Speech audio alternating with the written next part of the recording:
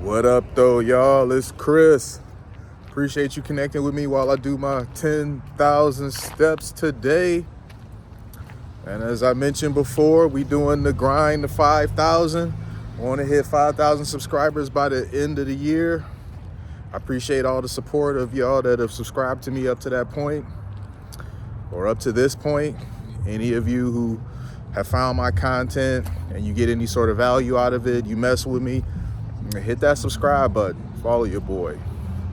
But I want to talk about a little bit more about the whole Kamala Harris proposals for black men, but not so much about those as it is I'm starting to see some black women that seem to be agitated by the fact that black men really aren't that interested in it. And we can get into that. You know, I saw their proposition. I didn't find it to be interesting. I'm not really swayed by their $20,000 totally forgivable, as they put it, loan for black men, because it really isn't for black men. It includes other people, which I don't have a problem with that, but they packaged it for black men in hopes that you would just kind of not take a look at the small print. No. And then, as I said, the marijuana thing before, I think it's really silly. Black folks are not the only one who enjoy cannabis. So offering this was just kind of weird to me. Like, these things that you are offering supposedly for black men do not apply to just black men at all. They kind of apply to all of us. So I'm still not seeing why you're trying to make this appeal to black folks when the stuff that you're offering isn't black folk specific. It benefits everybody. You know, again, I don't have an issue with that, but it's just strange to offer something for everybody when you're claiming to be targeting black men, doing something specifically for black men. If you're going to do something specifically for black men, then do it specifically for black men. But don't offer something that everyone can benefit from and try to target it like it's only for one group. That's not what the case is here. And I saw some video. It was a sister, very aggressive energy, just cussing up a storm, just not very feminine at all. You know, I'm starting to notice something here with women like this who just exude all this masculine energy. And this could just be a theory, but I am noticing that the ones that are like that, like really heavily like that in their behaviors, they tend to have hard features. Like this particular woman, and this isn't me trying to roast her looks, this is just observations. Her jaw structure was square, like a dude. And her head, she had a receding hairline. Just the ones that I noticed exude this sort of masculine energy, just like way over the top. They typically don't look very feminine. I've noticed in many cases, it's like they have higher testosterone than they should have, and it's affecting them negatively because it's starting to manifest physically. And that's what I really noticed with this woman here. You know, first off, she was not at all really trying to have any sort of adult conversation because she was just barreling insults. Anytime a woman starts off anything with "you niggas this, you niggas that," that is just not any sort of olive branch of any sort. It's not offering to have any sort of adult or productive conversation. It's just a, you know, very aggressive woman, you know, just spewing nonsense. And that was the case here. She said that deal was the best deal that she's ever seen in her life. That right there should tell you everything that you need to know about this woman, that either she's not really that bright to see that this thing really wasn't a great offer, or she just really didn't look into it. She just heard somebody else say something or just looked at the surface and was like, this is a great deal. Why are black men not buying into this? There's a reason why. It's because it's not a great deal, man. And so I go to look in the comments because I watched the video.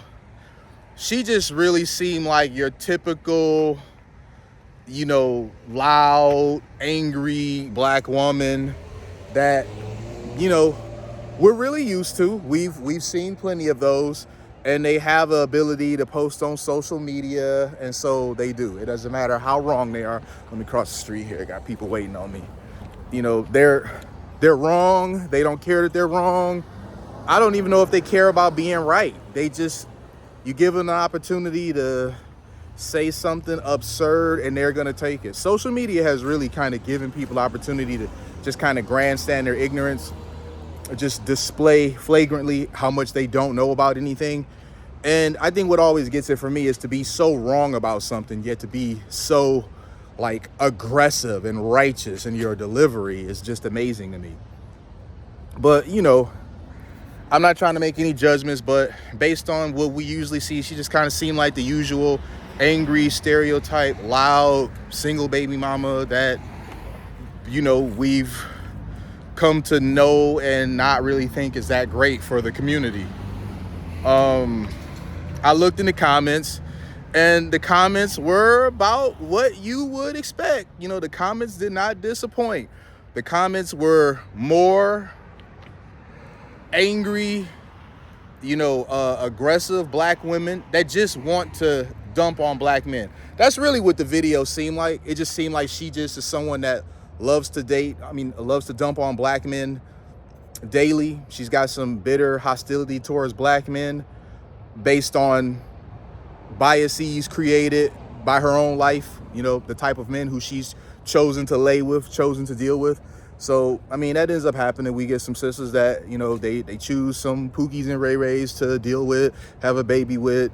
They made very poor choices. They oftentimes have some quality guy that tried to get at them, and he was too boring and stuff. Now you skip forward later where Pookie and Ray Ray have dogged him out, and they have all this hostility towards black men, and they want to hold every black man accountable for the behaviors of the type of men that they chose when they could have chose differently. So in the comments, you see like-minded women doing the very same thing. They look like they just, here's another opportunity to dump on black men. It's like these ninjas and their fragile egos, this and that. I have no idea how black men not wanting to take that deal, not seeing that as a reason to vote for Kamala in any way, shape, or form factors into a fragile ego, but that's what they were saying nonetheless. The comments were full of women just as aggressive like her, and in their thumbnails, the women look similar to her. These look like masculine women. The comments were mostly masculine women and feminine men.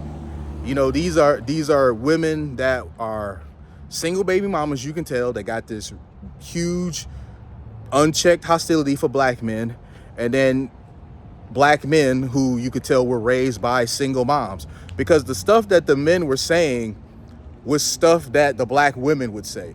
So it always amuses me when I see men say things in the comments, say simpy things in the comments for women's approval. Like they go into a comment section that they know is going to be mostly bitter, angry women, and they want to be the different guy. I'm different. I'm not the same as them. So they say some lame ass, simpy comment, basically dragging black men through the coals in hopes of getting, likes and validation from these angry, bitter ass women in the comments. This shit is crazy to me. So yeah, that's pretty much what the comments were. It was a mixture of that. Any dude that was in the comments, there were a couple dudes who, weren't on that sort of stuff, but of course they would get 1, 2 likes, none at all. If it was a black man that was simply like, hey, this ain't it, y'all always dragging black men for this and that. Here's a situation where you got black men trying to be leaders of the community, which is what they claim they want, and they're angry for it. If black men are absent, you're angry. If black men are leaders, you're angry. What do you want? You want black men to, well, okay, I get it. I know what they want. They want black men to be present, but they want black men to sit back and let them be the leaders. And that's just not gonna work. Black women have largely been the leaders of the black community for the better part of the last 30, 40 years. Black women have had the most say, the most decision making, and that really hasn't worked out well at all. So if something isn't working, you don't keep doing it. A lot of the issues that we've had in the Black community, other communities don't have, and it's simply because they don't sit back and let the women be the leaders. This is a historic mistake that the Black community has made that we're correcting now. And the women like this, they're either gonna have to accept that that's what's happening. The men are going to lead the community and make things better and get in line, relax that masculine energy and fall in line. Or in the case of women like her, she's going to end up alone, because I can't imagine any masculine man putting up with that mouth and that attitude every day. Not at all. And the type of simp dude in the comments that supports her behavior, her demeanor, her masculinity, they never want those. So it just is what it is. We're at a point now, we're at a very interesting turning point, and I think this election kind of, it forced some difficult conversations amongst our community that it was long overdue to have. And it really is mainly, where do we want to go? The Democrats, they are so flabbergasted by the fact that we as Black people, especially the Black men, have no interest in getting behind them this time. They are so flabbergasted by that. They have been so used to us just voting blue no matter what, never having to do anything for us, never having to address any of our concerns, never even having to answer any of our questions about anything. Just shut up and vote for us. They got so used to that being a dynamic. And now that they see that that's shifting, they have no idea how to handle it. And, you know, when it came to Obama talking down to Black men, Black women most certainly were outraged by it. I saw that Black women were definitely not enjoying it. You had your outliers that were okay with it, like, oh, you know, you niggas need to get in line, you niggas need to understand this and that. But I'd say easily about 90% of Black women, they wasn't feeling that what Obama did. But now you skip forward now, just a matter of a few days, and yeah, they back on their bullshit. They want to challenge us as leaders. They want to challenge us as protectors. You know, you can't have a dynamic where you want to try to be my equal plus I protect you. You know, it just, we hear so much of Black women say that they are the least protected group. And one of the reasons why that is because they want to be so independent. You can't be like, you want a man to be willing to die for you, but you don't want to get in line and follow him. It doesn't work like that. That's why no other community does that. No other community has the issues that we have. Like, really, no other community has the issues that we have. The women of the other communities get in line and follow their men. You know, really, they don't question their leadership. They don't challenge them as a parent. You know, I know this one chick, and this is, you know, this is a different example, but you'll see where I'm going with it in terms of challenging being leaders and parents and whatnot. There's this one chick that I know. She wanted to get her son a mixing bowl for like Christmas or something like that. His dad didn't want him to have it. He said no. The mom's all giving him all types of pushback. And I told her, like, he doesn't want his son to have it. Like, why are you pushing so hard about this? He doesn't want his son to have some mixing bowl or, you know, I mean, where do you draw the line? Next, you're going to be talking about, oh, he wants to get a cooking set, a toy stove or something like that. And she's like, whose side are you on? And I'm like, I'm on the side of, that is a man, this is his son, and if he doesn't want certain things for him or does want certain things for him, you need to let him raise his son. You know, she ended up getting it for him anyway, and that's just what I mean. Only in our culture do the women challenge the men's authority on anything that he wants to do. When it comes to politically, when it comes to protection, when it comes to provision, when it comes to raising our kids. Only in our culture. If this is a different culture, it's a totally non-issue. If it's a Hispanic family, the woman is not about to challenge. Hey, come on. If it's a Hispanic family, the woman is not about to challenge the man's wishes when it comes to raising his son. If it's an Indian family, the woman is not about to challenge, you know, what the man wants when it comes to raising his son. I mean, it's only us that we get this sort of pushback from the women. The women want the fathers to be around, but at the same time, they want to emasculate and undermine, the father's authority, especially when it comes to his son. Like, that's crazy. Trying to undermine a man's authority when it comes to raising his son is insane to me, because when it comes to raising the daughter, it's certain things he's not going to be able to teach her because he's a man, and you're going to want him to back off and respect that. So you have to do the same. You have to know when to be quiet and get in line. And this is one of them cases. It comes to us men being leaders in our community. You're not going to really have a choice. You're going to have to be quiet and get in line, because we're not accepting anything different anymore. The days of loud, masculine acting black women being the voice of our community, it's over. That's not going to be a thing moving forward. So this whole being mad about us not wanting to accept Kamala's proposal, it's not a good deal, period.